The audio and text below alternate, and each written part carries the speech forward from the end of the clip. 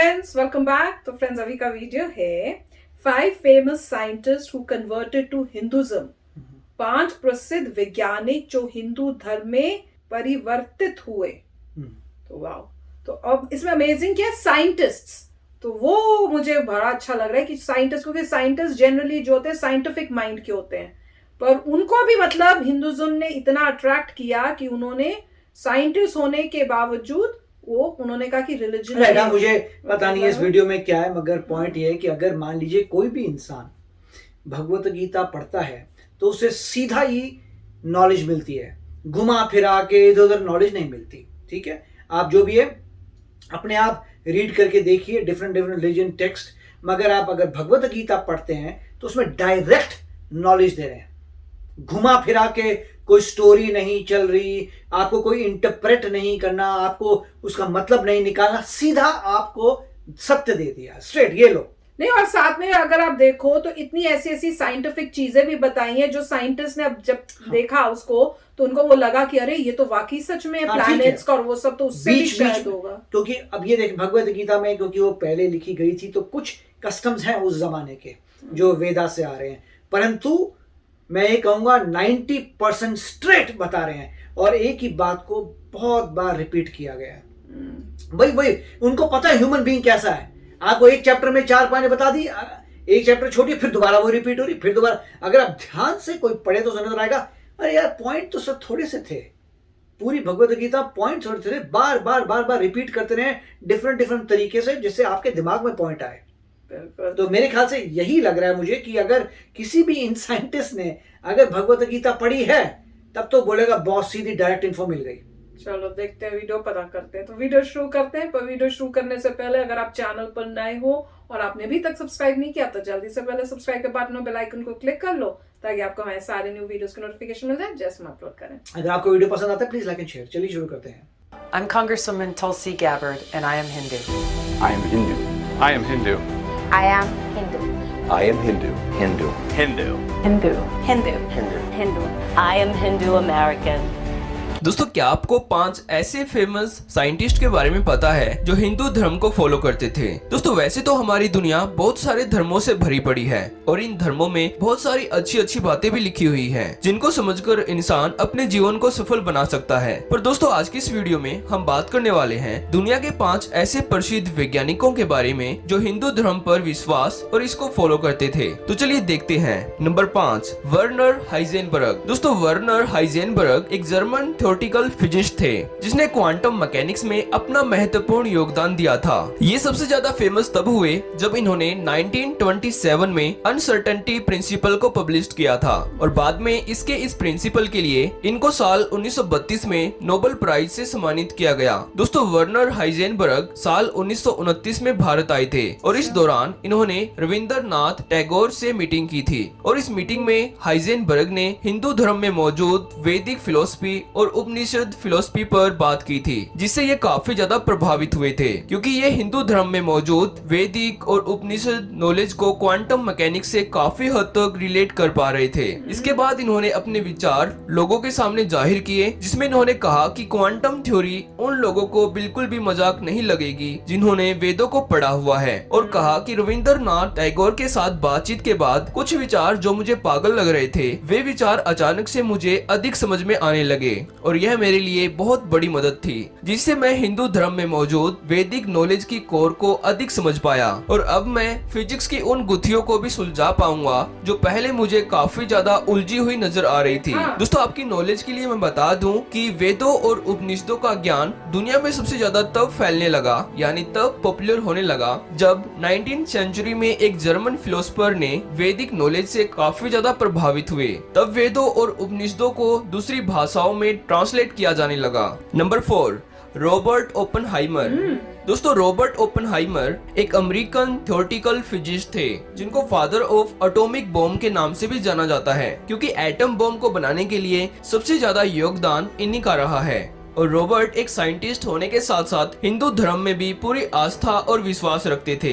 इसलिए इन्होंने साल 1930 में भगवत गीता को इसी की ओरिजिनल लैंग्वेज में पढ़ने के लिए संस्कृत भाषा सीखी थी, क्योंकि रॉबर्ट भगवत गीता को इंग्लिश में ट्रांसलेट करवा के पढ़ना नहीं चाहते थे। वे भगवत गीता को इसी की ओरिजिनल भाषा में यानी संस्कृत में ही पढ़ना चाहते थे। और दोस्तों, इसके कारण जूलियस रॉबर्ट भगवत गीता, महाभारत और इंडियन हिस्टोरिकल फैक्ट से काफी ज्यादा प्रभावित हुए और इन्होंने भगवत गीता के प्रति अपने विचारों को लोगों के आगे जाहिर किया, जिसमें इन्होंने कहा कि भगवत गीता किसी भी ज्ञात भाषा में मौजूद सबसे सुंदर और दार्शनिक गीत है, जो हमें इस पूरे ब्रह्मांड और इसके रहस्यों के बारे में जानने के लिए मदद करती है। और दोस्तों, जब ओपनहाइमर ने 16 जुलाई 1945 को मैक्सिको के डिजर्ट में अपने ही बनाए हुए एटम बॉम्ब का भयानक विस्फोट देखा, तो तब उन्होंने कहा, I remembered the line from the Hindu scripture, the Bhagavad Gita. Vishnu कि मुझे हिंदू शास्त्र भगवत गीता की वह पंक्ति याद आ रही है जब श्री कृष्ण अपना विराट स्वरूप दिखाते हुए अर्जुन को समझा रहे हैं कि मैं लोगों का नाश करने वाला महाकाल हूँ और मैं इस समय अधर्म का नाश करने के लिए परिवृत हुआ हूँ। Number 3, Carl Sagan. दोस्तों, कार्ल सैगन एक American astronomer, cosmologist, astrophysicist, astrologist and philosopher थे। इन्होंने कॉस्मोलॉजी और मॉडर्न स्पेस एंड साइंस को समझने के लिए अपना कंट्रीब्यूशन दिया था। पर दोस्तों, इसके साथ साथ लोग इनको हिंदू भगत के रूप में भी जानते थे। दुनिया के दूसरे वैज्ञानिकों की तरह कार्ल सैगन भी हिंदू धर्म में मौजूद वेद और उपनिषदों के अपार ज्ञान से काफी ज्यादा प्रभावित थे। वे मानते थे कि हिंदुओं के वेद और उपनिषदों में ब्रह्मांड का सेम वैसा ही उल्लेख मिलता है जैसे आज मॉडर्न साइंस ने हमें बताया है। कार्ल सैगन हिंदू धर्म पर पूरा विश्वास रखते थे, इसलिए उन्होंने हिंदू धर्म को और ज्यादा करीब से जानने के लिए भारत में कई साल बिताए थे। उन्होंने कहा था कि हिंदू धर्म दुनिया के महान विश्वासों में से एक मात्र है जो इस विचार को समर्पित है कि ब्रह्मांड स्वयं एक विशाल, वास्तव में अनंत मौतों और पुनर्जन्मों की संख्या से गुजरता है। यह एक मात्र धर्म है जिसमें स्पेस एंड टाइम के पैमाने मॉडर्न कॉस्मिक साइंस के समान है। इसका चक्र हमारे साधारण दिन और रात से 8.64 बिलियन ईयर्स लंबे ब्रह्मा के दिन और रात तक चलता है, जो पृथ्वी या सूर्य की आयु से अधिक और बिग बैंग के बाद से लगभग आधा है। दोस्तों, ये विचार हिंदू धर्म को लेकर उनका काफी फेमस थॉट था, जिसको आप इंटरनेट पर इंग्लिश में भी पढ़ सकते हो। Number 2, Irwin Schrödinger. दोस्तों, इरविन स्क्रोडिंगर एक फेमस फिजिस्ट थे जिन्होंने क्वांटम फिजिक्स में अपना महत्वपूर्ण योगदान दिया था। इसलिए साल 1933 में इनकी वेव मैकेनिक्स इक्वेशन के लिए इनको नोबेल प्राइज से सम्मानित भी किया गया था और 1937 में इनको मैक्स प्लैंक मेडल से सम्मानित भी किया गया था। दोस्तों, इरविन को वेदांती हिंदू भी कहा जाता है क्योंकि ये वेदों और उपनिषदों से काफी ज्यादा प्रभावित थे। इनका एक प्रसिद्ध विचार है जिसमें इन्होंने कहा था कि मेरे क्वांटम मैकेनिक्स के ज्यादातर सिद्धांत वेदों से काफी ज्यादा प्रभावित है, क्योंकि इरविन ने वेद और उपनिषदों को गहराई से अध्ययन किया था और ये अपने साइंटिफिक थॉट्स को वेदों से कनेक्ट कर पाते थे। इनका मानना था कि जैसे क्वांटम मैकेनिक्स में एक पार्टिकल तभी एग्जिस्ट करता है जब उसको कोई देख रहा होता है और जब पार्टिकल को ऑब्जर्व किया जाता है तब वह वेव की फॉर्म में होता है। इसी प्रकार वेदों में भी बताया गया है कि हमारी दृष्टि ही इस पूरी सृष्टि को बनाए हुए है। जब हम मर जाते हैं तो हमारे लिए ये पूरी सृष्टि भी मर जाती है। दोस्तों, इरविन के वेदों और उपनिषदों पर फेमस कोट्स को आप इंटरनेट पर भी सर्च करके पढ़ सकते हो। नंबर 1, हांस पीटर। दोस्तों, हांस पीटर एक वर्ल्ड फेमस जर्मन फिजिस्ट थे जिन्होंने न्यूक्लियर एंड क्वांटम फिजिक्स में अपना कंट्रीब्यूशन दिया था। दोस्तों, इन्होंने हिंदू धर्म के वेद और उपनिषदों पर 35 साल अध्ययन किया और इनका सबसे प्रसिद्ध विचार ये है कि ये कहते थे कि जब भी मैं क्वांटम फिजिक्स को पढ़ाता हूँ तब मुझे ऐसा लगता है कि जैसे मैं हिंदू धर्म में वेदांतों और उपनिषदों पर बात कर रहा हूँ, क्योंकि दोस्तों ये भी हिंदू धर्म के शास्त्रों के ज्ञान से काफी ज्यादा प्रभावित थे। इसलिए ये वेदों में मौजूद ब्रह्मांड के ज्ञान को क्वांटम मैकेनिक्स से रिलेट करते थे।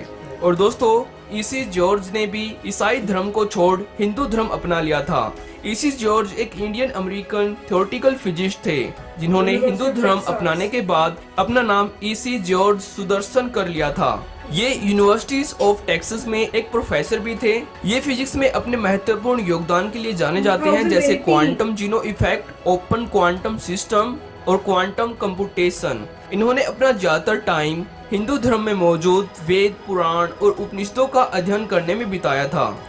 तो फ्रेंड्स, मैं बोल तो रही थी कि यही वजह होगी कि उनको उसमें दिखा होगा कि ये सब जो पार्टिकल्स हमारे, जो आप देखते हो जब सुनते हैं, या जब हमने मूवीज भी देखी थी, कैसे तीर कमान चलते हैं और कैसे आग बरसती है, या जब वो चलते हैं तो कैसे मल्टीप्लाई होके इतने सारे तीर बन जाते हैं, वो सब जो चीजें हैं, फिर कैसे भगवान जी एकदम से प्रकट हो जाते हैं और फिर चले जाएंगे, तो वो सब क्या है? तो वही चीज है। और उन्होंने जब वेदास पढ़े हैं ये सब, तो उनको दिखा होगा कि इसके अंदर कई आप हमने सुना भी है ना कि कई ऐसी चीजें जो इतनी मतलब लॉस्ट हो गई हैं क्योंकि डिस्ट्रक्ट आग लगा दी थी उन्होंने लाइब्रेरी में, नहीं तो इतने सारी इन डेप्थ चीजें थी, इतना वास्ट नॉलेज थी उस लाइब्रेरी के अंदर कि अगर वो अभी हमारे पास इस टाइम होती तो पता नहीं क्या होता।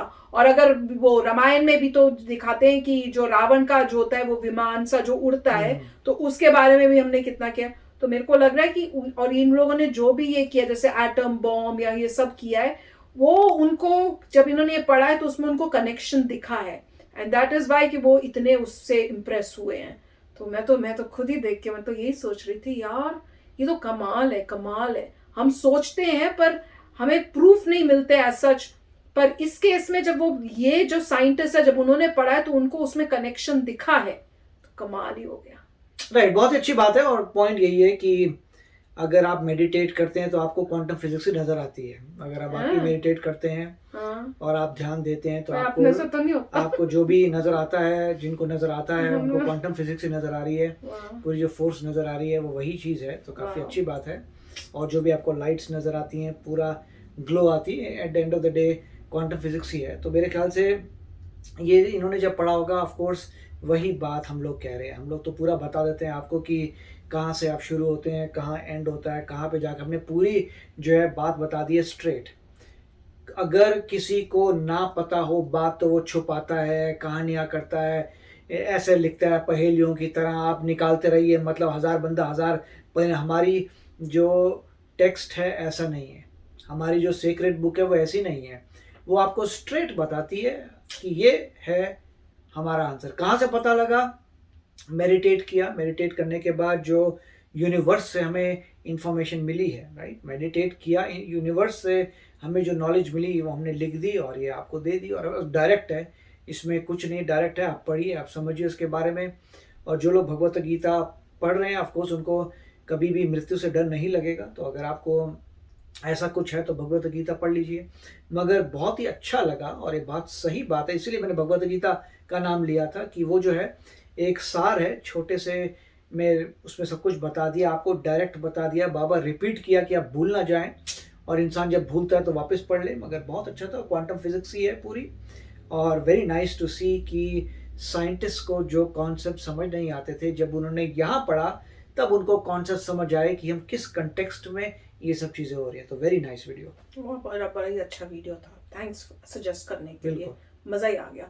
तो चलो चलते हैं, मिलेंगे नेक्स्ट वीडियो में बहुत ही जल्द। Till then take care and bye bye. तो अगर आप मेरे इस चैनल पे नए हो तो जल्दी से सब्सक्राइब के बटन को हिट करो और बेल आइकन को क्लिक करो, ताकि आपको मेरा जब नया वीडियो मैं लगाऊं आपको उसके बारे में जल्दी से पता चल जाए।